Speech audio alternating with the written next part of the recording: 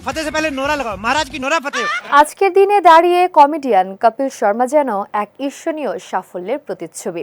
The Kapil Sharma show এর মাধ্যমে নিজেকে জনপ্রিয়তার তুঙ্গে নিয়ে গেলেও তার এই অর্জনের পথচলা মোটেও মসৃণ ছিল না। 2007 সালে জনপ্রিয় reality show the great Indian laughter challenge এর তৃতীয় সিজনে অডিশন দিতে গিয়ে দুবার বাদ পড়েছিলেন তিনি।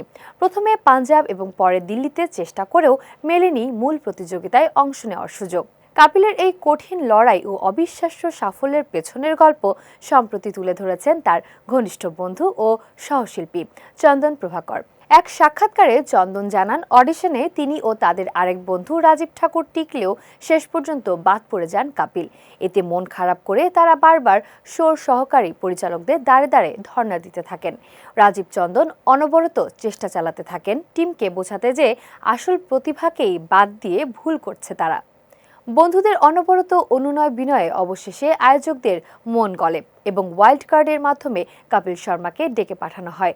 তবে ভাগ্যের অদ্ভুত পরিহাসে কপিলকে সুযোগ দিতে গিয়ে বাদ পড়তে হয় বন্ধু চন্দনকেই। চন্দনকে শো ছেড়ে ফিরে যেতে হয় এবং তিনি কিছুদিনের জন্য মেকানিক্যাল ইঞ্জিনিয়ারিং পেশায় যোগ দেন। পরবর্তীতে দ্বিতীয় সুযোগ পেলেই নিজের দুর্দান্ত অভিনয়ে সবাইকে চমকে দিয়ে শেষ পর্যন্ত সেবারের চ্যাম্পিয়ন হন কপিল শর্মা। কালের পরিক্রমায় সেই কপিলই আজ নিজের শো দিয়ে তৈরি করেছেন ইতিহাস।